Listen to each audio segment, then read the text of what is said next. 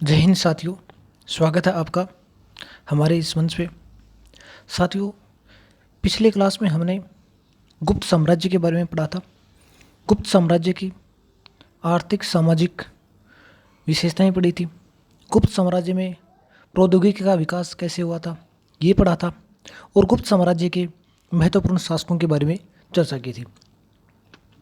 आज की क्लास में हम उससे आगे की श्रृंखला पढ़ने जा रहे हैं, जिसके अंदर हम ये पढ़ेंगे कि गुप्त साम्राज्य के पतन के बाद भारत के अंदर कौन कौन से राजवंशों का उदय होता है और उनका उदय कौन कौन से क्षेत्रों में होता है, और उनके शासनकाल के दौरान कौन कौन सी महत्वपूर्ण घटनाएं घटित होती हैं। तो इसी श्रृंखला के अंदर हम शुरू करते हैं। तो अगर आपने ये चैनल शेयर सब्सक्राइब नहीं किया है तो एक बार सब्सक्राइब कर लो और शेयर कर देना, लाइक कर देना। चलो शुरू करते हैं। देखो, गुप्त साम्राज्य के पतन के बाद में जिन नए राजवंशों का उदय हुआ था भारत के अंदर, उनके अंदर मैत्रक, मोखरी, पुष्यभूति, प्रवर्ती गुप्त और गौड़ ये प्रमुख राजवंश थे। आपको पता है कि गुप्त साम्राज्य के दौरान गुप्त साम्राज्य के दौरान लगभग भारत के ऊपर गुप्तों का शासन स्थापित हो चुका था, लेकिन प्रवर्ती शासकों के बाद में धीरे धीरे गुप्त साम्राज्य का पतन होता है। और पतन होने के बाद, गुप्त साम्राज्य के पतन के बाद भारत के अंदर मैत्रक, मोखरी, पुष्यभूति, प्रवर्ती गुप्त, जो प्रवर्ती गुप्त थे वही, और गौड़ ये प्रमुख राजवंश आते हैं और इनका शासन शुरू होता है। इन राजवंशों में पुष्यभूति वंश के शासकों ने सबसे ज़्यादा विशाल साम्राज्य की स्थापना की थी। जो पुष्यभूति राजवंश का शासक थे, इन्होंने बहुत बड़े शासन के ऊपर, मतलब क्षेत्र के ऊपर शासन किया था। और ये आप देख सकते हो, हर्षवर्धन के समय हर्ष का साम्राज्य है ये। ठीक है, इस प्रकार से हम और आगे चलें थोड़ा सा, तो एक बार ये देखते हैं कि ये शासक कौन कौन से थे और किस वंश से संबंधित थे और कौन कौन से स्थान पे थे। देखो, राजवंश आया है एक मैत्रक, ये वल्लभी वाले स्थान पे आया था, और इनके जो प्रमुख शासक थे वो भट्टारक, धर्मसेन चतुर्थ ये थे। इनकी जो उपलब्धि क्या थी, इन्होंने गुप्तोत्तर काल के नवोदित राज्यों पर लंबे समय तक शासन किया था। ठीक, उसके बाद में मोखरी वंश आता है, ये कनौज वाले स्थान पे आता है, और इनके अंदर जो महत्वपूर्ण शासक थे वो हरिवर्मा, इंसान वर्मा, सर्ववर्मा। ये आपको याद रखने जरूरी नहीं है। स्थान और राजवंश ये आपको ध्यान रखने जरूरी है। इन्होंने हुणों को पराजित करके पूर्वी भारत को उनके आक्रमण से बचाया था। मोखरी राजवंश के जो शासक थे, उन्होंने हुणों को पराजित किया था और पूर्वी भारत पर हुणों के आक्रमण से भारत को बचाया था। उसके बाद पुष्यभूति वंश आता है, ये थानेश्वर हरियाणा वाले क्षेत्र पे था। पुष्यभूति, प्रभावर्धन, राज्यवर्धन, हर्षवर्धन। हर्षवर्धन को हमें पढ़ना पड़ेगा, और हर्षवर्धन यहाँ का महत्वपूर्ण शासक भी था इस राजवंश का। ठीक है, गुप्तों के उपरांत उत्तर भारत में सबसे विशाल राज्य स्थापित करने वाला राजवंश था ये। कौन? पुष्यभूति राजवंश। उसके बाद में प्रवर्ती गुप्त आते हैं, ये मगध वाले क्षेत्र में रहते हैं, और महासेन गुप्त इनका प्रमुख शासक था। मोखरियों से राजनीतिक प्रतिस्पर्धा चलती रहती है इनकी। और एक चंद्र या गौड़ राजवंश आता है, ये बंगाल वाले क्षेत्र में आता है, और शशांक इनका प्रमुख शासक था। और थानेश्वर और कनौज शासकों से इनकी शत्रुता बनी रही थी। ये इस प्रकार कुछ महत्वपूर्ण राजवंश थे, उनके स्थान थे, और उनकी कुछ उपलब्धियां भी मैंने आपको बता दी हैं। अब हम चलते हैं पुष्यभूति राजवंश के बारे में। देखो, ये हमारे एग्जाम के पॉइंट ऑफ व्यू से जो बिंदु काम के हैं ना, उन्हीं की चर्चा कर रहे हैं इस क्लास के अंदर। बाकी आपको पता है, एंशिएंट हिस्ट्री से सिर्फ कुछ तथ्य पूछे जाते हैं एग्जाम में, और उन्हीं की चर्चा कर रहे हैं हम। पूरा डिटेल से हम नहीं लेके चल रहे हैं। इसके पीछे कारण ये है कि अगर पूरा डिटेल से लेके चलेंगे तो बहुत लंबा टाइम लग जाएगा। इसलिए जो हमारे काम की है उन्हीं बिंदुओं को हम शामिल करते हुए आगे बढ़ रहे हैं। देखो, पुष्यभूति राजवंश है, इसका अगर परिचय बताएं तो पुष्यभूति शासक है, उसके बाद प्रभावर्धन शासक आता है, फिर राजवर्धन और हर्षवर्धन। इनके अंदर हर्षवर्धन ही काम का है हमारे, इसके बारे में ही हमें पढ़ना है। ठीक है, बाकी ये याद रहे ना रहे कोई फर्क नहीं पड़ता। ये ध्यान रखना, हर्षवर्धन पुष्यभूति वंश से संबंधित है। पुष्यभूति वंश का संस्थापक कौन है? पुष्यभूति है। ठीक है, ये तो नाम से क्लियर हो रहा है कि कौन है। इनकी जो राजधानी थी वो हरियाणा कुरुक्षेत्र थानेश्वर में राजधानी थी इनकी। इनके जो प्रमुख शासक हैं उनकी बात करें तो पुष्यभूति इनके संस्थापक है। उसके बाद में प्रभाकर वर्धन आते हैं। प्रभाकर वर्धन पहले स्वतंत्र शासक थे, और इन्होंने परम भट्टाकारक और महाराज अधिराज की उपाधि धारण की थी। प्रभाकर वर्धन का जो विवाह होता है वो यशोमती से होता है। यशोमती के विवाह के बाद में राजवर्धन और हर्षवर्धन और राजश्री 3 पुत्रों की प्राप्ति होती है, और फिर उसके बाद राजवर्धन शासक बनता है, फिर हर्षवर्धन, और हर्षवर्धन को हम आगे देख लेते हैं। ठीक है, राजा ग्रहवर्मा की वजह से ये इसका जो विवाह होता है ये राजा ग्रहवर्मा से होता है और मोखरी वंश की स्थापना मानते हैं। ठीक है, ये इसलिए मोखरी कहलाते हैं। आगे चलते हैं। मालवा के शासक देवगुप्त ने ग्रहवर्मा की हत्या कर दी थी और राजश्री को बंदी बनाकर कारागार में डाल दिया था। राजवर्धन ने देवगुप्त को मार डाला, परंतु देवगुप्त के मित्र गौड़ ने शशांक ने धोखा देकर राजवर्धन की हत्या कर दी थी। और शशांक शैव धर्म का अनुयायी था, इसने बोधि वृक्ष को कटवा दिया था। ये पॉइंट ध्यान रख लेना। बोधि वृक्ष को किसने कटाया था? जिसके नीचे महात्मा बुद्ध को ज्ञान की प्राप्ति हुई थी वो है बोधि वृक्ष। इसको शशांक शैव धर्म का अनुयायी था, इसलिए इसने कटवा दिया था। उसके बाद में हर्षवर्धन की बात करते हैं। हर्षवर्धन की देखो, हर्षवर्धन 606 एडी के अंदर 16 वर्ष की आयु में शासक बन जाता है। इसने उपाधियां धारण की थी शिलादित्य की और परम भट्टारक की। इसने जो अपनी राजधानी कनौज को बनाया था और बौद्ध भिक्षु दिवाकर मिश्र के सहयोग से इसने बहन रास्ते की खोज की थी। इसके समय में चीनी यात्री हेनसांग भारत आया था और उसने पुस्तक लिखी थी जिसका नाम था सी युकी। देखो हेनसांग कब आ रहा है? हर्षवर्धन के, ठीक है, और फान आया था चंद्रगुप्त द्वितीय के टाइम में। ठीक है, तो ऐसे ही आपको याद रखने हर्षवर्धन किसके समय आता है भारत में और बाकी फान किसके समय आता है, ये मैं बताता भी रहता हूँ आपको बीच में जब भी आते हैं पॉइंट। चलते हैं आगे। देखो, चालुक्य शासक पुलकेशिन द्वितीय ने हराया था इनको, और इस चीज़ की जानकारी हमें कहाँ से मिलती है? रवि कीर्ति के एहोल अभिलेख से मिलती है। और ये पता चलता है कि कश्मीर को छोड़कर उत्तर भारत के लगभग पूरे क्षेत्र पर हर्ष का अधिकार हो गया था। और हर्षवर्धन को अंतिम हिंदू सम्राट कहा जाता है। भारत का अंतिम हिंदू सम्राट किसे कहा जाता है? हर्षवर्धन को। ठीक है, हर्षवर्धन भारत का अंतिम हिंदू सम्राट है, ये ध्यान रखना ही पॉइंट है। आगे चलते हैं, थोड़ा सा हर्षकालीन तथ्य देखते हैं।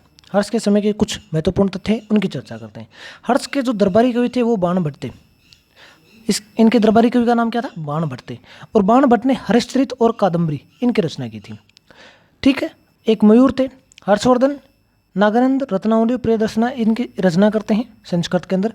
हर्ष प्रारंभ में शैव परंतु बाद में बौद्ध की महायान शाखा से संबंधित हो गए थे। देखो, पहले तो ये शैव धर्म से संबंधित है, उसके बाद में ये बौद्ध हो जाते हैं, बौद्ध धर्म अपना लेते हैं और बौद्ध धर्म की महायान शाखा से जुड़ जाते हैं। ठीक है, उसके बाद में आगे चलें तो हर्ष के समय में नालंदा महाविहार महायान बौद्ध धर्म का प्रमुख शिक्षा स्थल था। नालंदा के अंदर बौद्ध धर्म की शिक्षा दी जाती थी और ये प्रमुख शिक्षा केंद्र था उस समय। हर्ष के समय में प्रयाग में प्रति 5वें वर्ष एक समारोह का आयोजित किया जाता था। देखो, ये पॉइंट ध्यान रखना है। हर्ष के समय में हर 5वें साल एक समारोह का आयोजन होता था और जिसको महामोक्ष परिषद कहा जाता था। इस समारोह को क्या कहते थे? महामोक्ष परिषद। और हेनसांग चीनी यात्री या हेनसांग वो स्वयं छठे समारोह में सम्मिलित हुआ था। ठीक है, इसके बाद में हर्षकालीन प्रशासन की बात करें। हर्षकालीन प्रशासन के अंदर देखते हैं कि हर्ष ने अधीनस्थ शासक थे, जो हर्ष के अधीनस्थ शासक थे उनको वो महाराज या महासामंत कहते थे। ठीक है, हर्ष के मंत्री परिषद के मंत्री को सचिव या अमात्य ध्यान रखना, ये अमात्य क्या था? हर्ष के मंत्री परिषद के जो मंत्री थे उनको क्या कहते थे? ये अमात्य कहते थे। प्रशासन की सुविधा के लिए हर्ष का साम्राज्य कई प्रांतों में विभक्त था और प्रांतों को भुक्ति कहा जाता। प्रांतों को क्या कहते थे? भुक्ति कहते थे। प्रत्येक भुक्ति का शासक होता था, उसको राजस्थानी, उपरिक या राष्ट्रिक कहलाता था। वो भुक्ति का शासक क्या कहलाता था? राजस्थानीय, उपरिक या राष्ट्रिक कहलाता था। भुक्ति का विभाजन जिलों में हुआ था और जिले की संज्ञा थी विषय, जिसका प्रधान विषयपति कहलाता था। जिलों को क्या कहते थे? विषय, और इसका प्रधान क्या होता था? विषयपति होता था। ठीक है, और विषय के अंतर्गत कई पाठक आते थे। पाठक का मतलब ये तहसील मान लो आप, जैसे आधुनिक तहसील होते थे, पाठक आते थे। समझ गए? आगे चलते हैं थोड़ा सा और। ग्राम शासन की सबसे छोटी इकाई थी। देखो, ग्राम शासन की सबसे छोटी इकाई थी और ग्राम का जो प्रधान होता था उसको क्या कहते थे? ग्राम छपटलिक। ठीक है, ये कुंतल यहाँ ऐसे गलत लिखा गया है, कुंतल अश्व सेना का अधिकारी होता था। ठीक है, पुलिस कर्मियों की चाट या बाट कहते थे। पुलिस कर्मियों को क्या कहते थे? चाट या बाट कहते थे। और दंडपाशिक तथा दांडिक पुलिस विभाग के अधिकारी होते थे। हर्ष ऋतु में सिंचाई के साधन के रूप में तुला यंत्र जलपंप का उल्लेख मिलता है। हर्ष के समय मथुरा सूती वस्त्र के निर्माण के लिए प्रसिद्ध था। बहुत प्रसिद्ध था हर्ष के समय। ठीक है, हरिश्चरित में प्रांतीय शासक के लिए लोकपाल शब्द का उपयोग हुआ है। प्रांतीय शासक के लिए कौन सा शब्द आया है? लोकपाल शब्द आया है। उसके बाद में हम चलते हैं आगे थोड़ा सा और हर्ष के समय की जो शासन व्यवस्था का स्वरूप था वो राजतंत्रात्मक था, और राजा अपने आप को देवी उत्पत्ति में विश्वास, मतलब राजा अपने आप को देवता के समान मानता था और वे देवी उत्पत्ति में विश्वास करते थे। हर्ष ने पदाधिकारियों को शासन सनद के द्वारा जमीन देने की प्रथा चलाई थी, ये ध्यान रखना है। हर्ष ने क्या किया था, जमीन देते थे पदाधिकारियों को, ये वेतन ना जमीन देते, और जमीन पे जो राजस्व इकट्ठा होता था उससे वो इनका वेतन बताया जाता था। हेनसांग के अनुसार हर्ष ने कश्मीर से गौतम बुद्ध का दांत लाकर कनौज के निकट एक संगाराम में स्थापित करवाया था। ठीक, ये कोई ज़्यादा काम की नहीं बिंदु। आगे चलते हैं, हर्ष हमारा कंप्लीट होता है, हर्ष का साम्राज्य कंप्लीट होता है, और थोड़ा सा आगे है दक्षिण भारत के प्रमुख राजवंशों की बात कर लेते हैं। देखो दक्षिण भारत के अंदर प्रमुख राजवंश कौन कौन से हैं। पल्लव राजवंश है, ये वाला पल्लव राजवंश है, इधर देख सकते हो आप। चोल राजवंश है, ये यहाँ पे देखो चोल राजवंश दिख रहा है आपको। राष्ट्रकूट है, ये दक्षिण भारत के इधर क्षेत्र पे फैल जाते हैं राष्ट्रकूट। चालुक्य राजवंश है, चालुक्य, ये इधर चालुक्य दिख रहे हैं आपको। अब देखो चालुक्य की शाखाएं हैं, कल्याणी के चालुक्य, वातापी, भिंगी, ये इनकी शाखाएं हैं। एक बार चर्चा कर लेते हैं एक एक के बारे में। देखो पल्लव की बात करते हैं, पल्लव राजवंश, लोकेशन देख लो, ये वाला क्षेत्र है, यहाँ पल्लवों का शासन था। ठीक है, इनके अंदर महत्वपूर्ण शासक कौन थे, महेंद्र वर्मन प्रथम, नरसिंह वर्मन प्रथम, महेंद्र वर्मन द्वितीय, परमेश्वर वर्मन प्रथम, नरसिंह वर्मन द्वितीय और नरवर्मन द्वितीय। संस्थापक की बात करें तो पल्लव वंश के संस्थापक हैं सिंह विष्णु। कौन है, सिंह विष्णु। इन्होंने जो राजधानी बनाया था वो कांची को बनाया था, और ये पड़ते हैं तमिलनाडु के कांचीपुरम में। इनकी राजधानी क्या थी, कांची। बस ये बिंदु याद रखना है, संस्थापक याद रख लेना, राजधानी याद रख लेना। उसके बाद में देखो मतविलास प्रश्न की रचना महेंद्र वर्मन ने की थी। महेंद्र वर्मन ने किसकी रचना की थी, मतविलास प्रश्न की। ठीक है, महेंद्र वर्मन शुरू से जैन मतवलंबी था, और परंतु बाद में तमिल संत अपार के प्रभाव में आकर ये शैव बन गया था। ठीक है, महाबलीपुरम के जो एकाशम मंदिर है, जिनको रथ भी कहते हैं, ठीक है, इनका निर्माण किसने करवाया था, पल्लव राजा नरसिंह वर्मन ने करवाया था। ये ध्यान रखना आपको। महाबलीपुरम के जो एकाशम मंदिर जिनको रथ कहते हैं, उनका निर्माण किसने करवाया था, पल्लव राजा नरसिंह वर्मन प्रथम ने करवाया था। वातपिकोंड और महाबली की उपाधि नरसिंह वर्मन ने धारण की थी। उसके बाद में इन्हें शासनकाल में चीनी यात्री आया था, कौन सा, कांची चीनी यात्री आया था। कुछ ज़्यादा महत्वपूर्ण नहीं है ये। आगे चलते हैं, परमेश्वर वर्मन प्रथम शैव मतानुयायी था, और उन्हें लोकदित्य, एकमल, रणरज्य, उग्रदंड, गुणाबाज, ये कोई उपाधियां हैं, कोई काम की नहीं है आपकी। महाबलीपुरम में गणेश मंदिर का निर्माण भी करवाया था। अरबों के आक्रमण के समय पल्लवों का शासक नरसिंह वर्मन द्वितीय था। देखो अरबों का जब आक्रमण होता है उस समय पल्लवों का जो शासक था वो नरसिंह वर्मन द्वितीय था। इसी मंदिर के निर्माण में दरवेश स्थापत्य कला की शुरुआत होती है। महाबलीपुरम में शोर मंदिर का निर्माण भी नरसिंह वर्मन द्वितीय ने ही करवाया था। ये आप देख सकते हो मंदिर इसके। आगे चलते हैं, चोल वंश की बात करते हैं। चोल वंश का जो संस्थापक है वो विजयालय है। कौन है, विजयालय। इनकी जो राजधानी थी वो तंजौर थी, तंजौर थी। तंजावुर का वास्तुकार कुंजरमलन, राजराज पेथुचैन, ये इनके वास्तुकार थे। देख लो नाम लंबा चौड़ा है, देख लेना आप। कुंजरमलन, राजराज पेथुचैन ने चोलों का जो स्वतंत्र राज्य आदित्य प्रथम थे। ठीक है, और पल्लवों पर विजय पाने के उपरांत आदित्य प्रथम ने कोदंडराम की उपाधि धारण की थी। देखो नाम ही थोड़े अटपटे हैं ये। राजराज प्रथम ने श्रीलंका पर आक्रमण किया था। ठीक है, वहाँ के राजा महिम को भगाकर श्रीलंका के दक्षिण जिला रोहण में शरण लेनी पड़ी थी। आगे और चलें थोड़ा सा। राजराज प्रथम शैव धर्म का अन्यायी था। तंजौर में राजेश्वर का शिव मंदिर बनवाया था। चोल साम्राज्य का सर्वाधिक विस्तार राजेंद्र प्रथम के शासनकाल में होता। बंगाल के पाल शासक महिपाल को पराजित करने के बाद राजेंद्र प्रथम ने गंगे कोड चोल की उपाधि धारण की थी। कोई काम की नहीं ये बिंदु। आगे चलते हैं थोड़ा सा और। देखो स्थानीय स्वशासन चोल प्रशासन की मुख्य विशेषता थी। स्थानीय प्रशासन बहुत अच्छा था, बहुत शानदार था चोल शासकों के टाइम में। और उर्वर सर्वसाधारण लोगों की एक सभा होती थी। ये देखो उर किसको कहते थे, सर्वसाधारण लोगों की समिति होती थी, उसको उर कहते थे। और ये क्या काम करती थी, ये सार्वजनिक कल्याण के लिए तालाब और बगीचों का निर्माण करती थी। ठीक है, इनके निर्माण के लिए गाँवों से भूमि का अधिग्रहण भी करती थी। ये इनका काम था। उर का एक भूमि सर्वसाधारण समिति थी जो तालाब बगीचों इनके निर्माण के लिए गाँवों की भूमि का अधिग्रहण करती थी। सभा और महासभा, सभा या महासभा, ये मूलतः अग्रहारों और ब्राह्मणों की बस्तियों की सभा थी। ठीक है, ब्राह्मणों की बस्तियों की सभा थी जिसके सदस्यों को पेरुमक्कल कहा जाता था। ये बिंदु ध्यान रखने जरूरी है आपको। व्यापारियों की जो सभा थी उसको नगरम कहते थे। नगरम पूछा जा सकता है, नगर से संबंधित नहीं है। व्यापारियों की जो सभा होती थी उसको नगरम कहते थे। आगे चले तो, और प्रशिय ब्राह्मण ने तंजौर के वरदेश्वर मंदिर के विमान को भारतीय वास्तुकला का निष्कर्ष माना है। चोलकालीन नटराज प्रतिमा को चोल कला का सांस्कृतिक सार या निचोड़ कहा जा सकता है। देखो नटराज की मूर्ति बनाई है, बहुत शानदार मूर्ति है, वो इस सांस्कृतिक कला का निचोड़ माना जा सकता है चोलों के। ठीक है, चोल काल के अंदर सबसे महत्वपूर्ण बंदरगाह कावेरीपट्टनम था।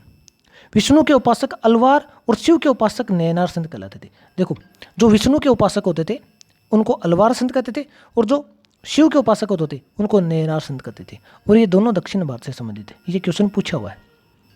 आगे चलते हैं। कुछ उत्तर मेरु अभिलेखों के अनुसार सभा की सदस्यता ये कोई ज़्यादा नहीं है काम की, आप देख लेना। अब राष्ट्रकूट की बात करते हैं। देखो राष्ट्रकूट, दक्षिण भारत में राष्ट्रकूट का शासन है। इनके अंदर प्रथम कर्षण प्रथम, धूरव, गोविंद तृतीय, अमोघ वर्ष, कर्षण द्वितीय, इंद्र तृतीय, कर्षण तृतीय, ये कुछ ही इसके महत्वपूर्ण और प्रमुख शासक हैं। संस्थापक की बात करें, इसको याद रखना है, राष्ट्रकूट का संस्थापक कौन है? दंतिद्रुग। दंतिद्रुग इनके संस्थापक है। शुरुआत में वे कर्नाटक के चालुक्य राजाओं के अधीन थे। कर्नाटक के चालुक्य राजाओं के अधीन थे, और इनकी राजधानी मणिकर या मान्यखेत, वर्तमान जो मालखेड़ सोलापुर के निकट पड़ती है, ये इनकी राजधानी थी। एलोरा के प्रसिद्ध कैलाश मंदिरों का निर्माण करसम प्रथम ने करवाया था। ये राष्ट्रकूट का ही एक शासक है। आगे चलें तो दुर्वा राष्ट्रकूट वंश का पहला शासक था जिसने कनौज पर अधिकार करने हेतु त्रिपक्षीय संघर्ष में भाग लिया था। ये देखो दुर्वा राष्ट्रकूट वंश का एक राजा था जिसने क्या किया था? त्रिपक्षीय संघर्ष में भाग लिया था। ये त्रिपक्षीय संघर्ष आपको याद रखना पड़ेगा। त्रिपक्षीय संघर्ष बताता हूँ आपको। देखो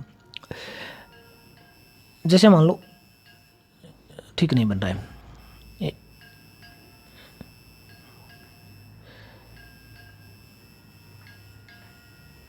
इस प्रकार से ये भारत का नक्शा है, ऐसे मान लो, नीचे जगह नहीं है।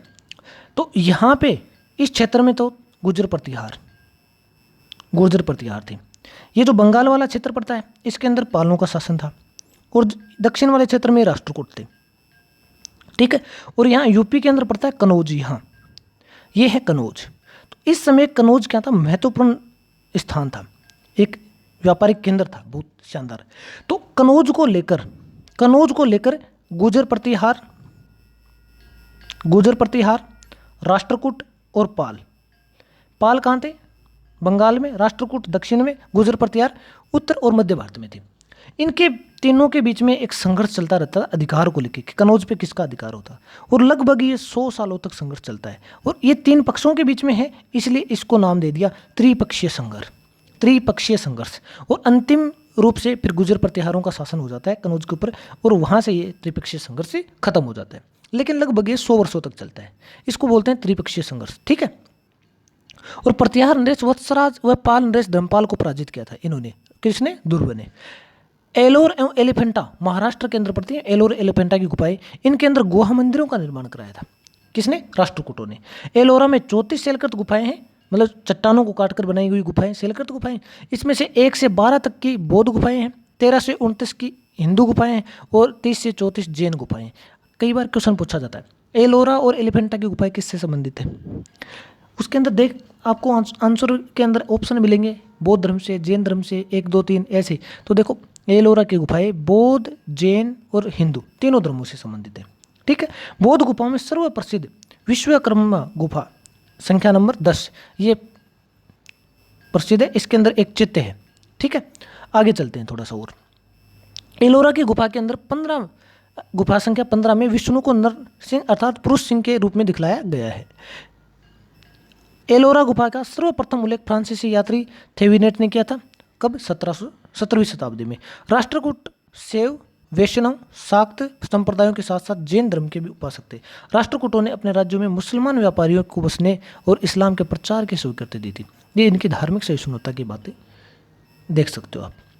उसके बाद में हम चालुक्य वंश की बात करते हैं। कल्याणी के चालुक्यों की देखते हैं एक बार। तेलप प्रथम, तेलप द्वितीय, विक्रम द्वितीय, जयसिंह, सोमेश्वर द्वितीय, सोमेश्वर द्वितीय, तेलप तृतीय, ये क्या हैं? इसके प्रमुख शासक हैं, ना रखने की याद जरूरत है इनको। ठीक हो। कल्याणी के चालुक्य वंश की स्थापना तेलप द्वितीय ने की थी। किसने की थी? तेलप द्वितीय ने। उसके बाद राजधानी इनकी मान्यखेट थी। सोमेश्वर प्रथम मान्यखेट राजधानी हटाकर कल्याणी कर्नाटक को राजधानी बना लेते हैं। इस वंश का प्रतापी शासक विक्रम 6 होता है, और इतना ही बहुत है इसके बारे में। आगे चलते हैं। देखो, विलन और विज्ञानेश्वर विक्रमादित्य के दरबार में रहते थे। मिताक्षर हिंदू विश्व विधि ग्रंथ या ये भी कोई काम के नहीं, विधिवेता विज्ञानेश्वर थे। चलो थोड़ा सा और आगे चलते हैं, वातापी की बात करते हैं। इनके अंदर पुलकेशिन प्रथम, कीर्तिवर्मन, पुलकेशिन द्वितीय, विक्रमादित्य, विनय द्वितीय। जयसिंह के वातापी चालुक्य वंश की स्थापना की थी। जयसिंह ने वातापी चालुक्य वंश की स्थापना की थी। ठीक है, राजधानी इन्होंने बीजापुर के निकट थी, वातापी को बनाया था। पुलकेशिन द्वितीय ने हर्षवर्धन को हराकर परमेश्वर की उपाधि धारण की थी और दक्षिणापेश्वर की उपाधि भी धारण की थी। पलवंशी शासक नरसिंह वर्मन प्रथम ने पुलकेशिन द्वितीय को लगभग 642 ईस्वी के आसपास परास्त किया और उनकी राजधानी बादामी पर अधिकार कर लिया था। संभवतः इसी युद्ध से पुलकेशिन द्वितीय को मारा गया था। इस विजय के बाद नरसिंह वर्मन ने वातापी कोड की उपाधि धारण की थी। वातापी कोड की उपाधि धारण की थी। अब बात करते हैं सीमावर्ती राजवंशों का कुछ उदय होता है, उनकी बात करते हैं। पाल वंश, ये बंगाल के अंदर आते हैं। बंगाल के पाल वंश का जो संस्थापक है वह गोपाल है। कौन है? गोपाल है। इस वंश की राजधानी मुंगेर थी। पाल शासक बौद्ध धर्म के अनुयायी थे। पाल शासक बौद्ध धर्म के अनुयायी थे और गोपाल औंधपुरी विश्वविद्यालय की स्थापना करवाते हैं। पाल वंश का सबसे महान शासक धर्मपाल था और इसने विक्रमशिला विश्वविद्यालय की स्थापना करवाई थी। धर्मपाल ने, ये देखना है आपको, याद रखना है। धर्मपाल ने क्या किया था? विक्रमशिला विश्वविद्यालय की स्थापना करवाई थी। कनौज के लिए जो त्रिपक्षीय संघर्ष मैंने अभी बताया था, पाल, गुर्जर प्रतिहार, राष्ट्रकूटों के बीच में हुआ था। इसमें पाल की ओर से सर्वप्रथम धर्मपाल शामिल हुए थे। धर्मपाल शामिल होते हैं। ठीक है, आगे चलते हैं। सेन वंश की बात करते हैं। सेन वंश की स्थापना सामंत सेन राड ने की थी। राजधानी इनकी नदिया लखनौती में थी। सेन वंश के प्रमुख शासक विजय सेन, बलाल सेन, लक्ष्मण सेन थे। दान सागर और अबूझ सागर नामक ग्रंथ की रचना सेन शासक बल्ला सेन ने की थी। लक्ष्मण सेन की राजसभा में गीत गोविंद के लेखक जयदेव, गीत गोविंद देखो, ये गीत गोविंद हिंदी साहित्य वालों को आता भी है। पवनदूत के लेखक धोई, ब्राह्मण स्वरूप के लेखक हलायुदा रहते थे। उसके बाद में और थोड़ा आगे चले तो राजपूत वंशों की उत्पत्ति की बात करते हैं। अब देखो, यहाँ राजपूतों की उत्पत्ति होती है और कुछ क्षेत्रों के ऊपर राजपूतों का अधिकार होता है। देखो, गुर्जर प्रतिहार वंश है पहला। मालवा का शासक नागभट्ट प्रथम गुर्जर प्रतिहार वंश का संस्थापक है। कौन? नागभट्ट प्रथम, ये गुर्जर प्रतिहार वंश का संस्थापक है। नागभट्ट द्वितीय को राष्ट्रकूट सम्राट गोविंद द्वितीय ने हरा दिया था। नागभट्ट द्वितीय को इसी का शासक है गुर्जर प्रतिहार वंश का। प्रतिहार वंश का सर्वाधिक शक्तिशाली और प्रतापी राजा हुआ था मिहिर भोज। कौन हुआ था? मिहिर भोज। मिहिर भोज ने अपनी राजधानी कन्नौज में बनाई थी, क्योंकि कन्नौज को लेकर त्रिपक्षीय संघर्ष चल रहा था और फिर लास्ट में मैंने बताया था कि गुर्जर प्रतिहारों का अंतिम रूप से उसके ऊपर अधिकार हो जाता है लगभग 100 सालों के बाद में। ठीक है, और फिर ये संघर्ष खत्म हो जाता है। तो मिहिर भोज ने राजधानी कन्नौज को बनाया था। ये विष्णु भक्त था। उसने विष्णु के सम्मान में वराह की उपाधि, आदि वराह की उपाधि धारण की थी। ये क्वेश्चन पूछा गया, आदि वराह की उपाधि धारण किसने की थी? मिहिर भोज ने की थी। राजशेखर प्रतिहार शासक महेंद्रपाल के दरबार में रहते थे। ठीक है, ये राजशेखर रहते थे महेंद्रपाल के दरबार में। कौन? राजशेखर। ठीक है, इस वंश का जो अंतिम शासक था वो यशपाल था। कौन था? यशपाल अंतिम शासक था। अब थोड़ा गहड़वाल राठौर राजवंश की बात कर लेते हैं। गहड़वाल राठौर राजवंश की। गहड़वाल वंश का जो संस्थापक है वो चंद्रदेव था। इन्होंने राजधानी वाराणसी को बनाया। पृथ्वीराज तृतीय ने स्वयंवर में जयचंद की पुत्री स्वयंगिता का अपहरण किया था और ये पृथ्वीराज तृतीय हुई है जो जयचंद ने स्वयंवर का आयोजन किया था स्वयंगिता के लिए, और उसमें फिर पृथ्वीराज तृतीय स्वयंगिता को अपहरण करके ले आते हैं। ये इसकी एक थोड़ी कहानी है, पृथ्वीराज रासो में देख के पढ़ोगे तो पता चल जाएगी। वैसे आपके यहाँ काम की नहीं है वो। इस वंश का अंतिम शासक जयचंद था, जिसे गौरी ने 1194 ईस्वी के चंदावर युद्ध में मार डाला था, मोहम्मद गौरी ने। ठीक है, उसके बाद में चलते हैं हम आगे, चाहमान या चौहान वंश की बात करते हैं। चौहान वंशों का जो संस्थापक है वासुदेव चौहान था। कौन था? वासुदेव चौहान। और इस वंश की जो प्रारंभिक राजधानी थी वो अहिछत्र थी और बाद में अजयराज द्वितीय ने अजमेर नगर की स्थापना की। अजमेर नगर की स्थापना किसने की? अजयराज द्वितीय ने। ठीक है, उसने इसको राजधानी बना लिया था। इस वंश का सबसे प्रतापी शासक है वो विग्रह राज चतुर्थ थे, जिसको विशलदेव भी कहते थे। विग्रह राज चतुर्थ या विशलदेव एक ही बात है, जिसने हरकेली नामक संस्कृत नाटक की रचना की थी। हरकेली नाटक किसने रचा था? विग्रह राज चतुर्थ ने या विशलदेव ने। ये क्वेश्चन पूछा जाता है, बहुत बार पूछा हुआ है, राजस्थान के एग्जाम में तो बहुत बार आया हुआ है। सोमदेव विग्रह राज चतुर्थ के राजकवि थे। सोमदेव विग्रह राज चतुर्थ के राजकवि थे और इन्होंने ललित विग्रह राज नाटक की रचना की थी। तो अब देखो, जो हरकेली नाटक है उसकी रचना किसने की है? विग्रह राज चतुर्थ ने। या विशलदेव ने। और ललित विग्रह राज की किसने रचना की है? सोमदेव ने। आगे समझ में, आगे चलते हैं थोड़ा। पृथ्वीराज तृतीय इस वंश का, पृथ्वीराज तृतीय इस वंश का सबसे प्रतापी शासक था। एक मिनट। पृथ्वीराज तृतीय इस वंश का अंतिम शासक था। चंद्रबरदाई पृथ्वीराज तृतीय का राजकवि था जिसने पृथ्वीराज रासुर की रचना की थी। ठीक है। और मोहम्मद गोरी का आक्रमण होता है इसके टाइम पे। फिर वहाँ पृथ्वीराज रासुर में दे रखी कहानी कि शब्द वेदी बाण चला के उनकी हत्या कर देते हैं गोरी की। देखो, रणथंभौर के जैन मंदिरों का जो शिखर है वो किसने बनवाया? पृथ्वीराज तृतीय ने बनवाया था। तराइन का प्रथम युद्ध होता है 1191 के अंदर। किस किस के बीच में? मोहम्मद गोरी और पृथ्वीराज चौहान के बीच में। पृथ्वीराज तृतीय और मोहम्मद गोरी के बीच में। इसको पृथ्वीराज चौहान भी एक ही बात है, चौहान वंश से संबंधित है, इसलिए पृथ्वीराज चौहान बोल देते हैं। ठीक है। मोहम्मद गोरी और पृथ्वीराज चौहान के बीच में तराइन का प्रथम युद्ध होता है जिसके अंदर गोरी की हार हो जाती है। फिर उसके बाद में गोरी अपनी तैयारी करके दोबारा आक्रमण करता है और तराइन का द्वितीय युद्ध होता है 1192 ईस्वी में। इसके अंदर मोहम्मद गोरी जीत जाता है। मोहम्मद गोरी जीत जाता है और यहीं से मानो कि भारत के अंदर मुस्लिम साम्राज्य की स्थापना हो जाती है। ठीक है। उसके बाद में थोड़ा और आगे चलें तो परमार वंश की बात कर लेते हैं। परमार वंश के जो संस्थापक हैं वो उपेंद्र राज है। इनकी राजधानी धार नगरी थी, धारा नगरी। ठीक है। प्राचीन राज उज्जैन थी इनकी प्राचीन राजधानी। परमार वंश का जो सबसे शक्तिशाली शासक था वो राजा भोज था। राजा भोज इनका सबसे शक्तिशाली राजा था। ठीक है। राजा भोज ने भोपाल के दक्षिण में भोजपुर नामक झील का निर्माण करवाया था।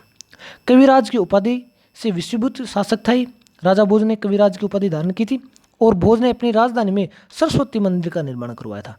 किसका? सरस्वती मंदिर का निर्माण करवाया था। ठीक है।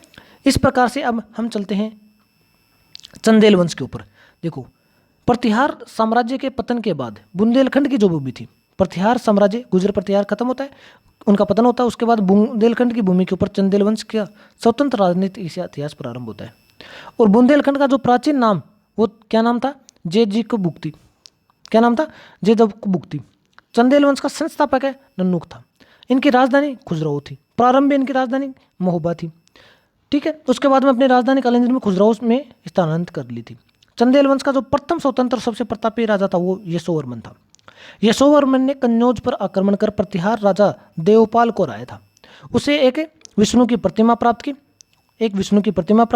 जिसे उसने खुजराहो के विष्णु मंदिर में स्थापित करवाया था। ये पॉइंट ध्यान रखना। यशोवर्मन कन्नौज पर आक्रमण करता है और प्रतिहार राजा देवपाल था उसको हराते हैं और वहाँ से विष्णु की प्रतिमा प्राप्त करते हैं और उसको फिर खुजराहो के मंदिर में, विष्णु मंदिर में उसको स्थापित करते हैं। ठीक है।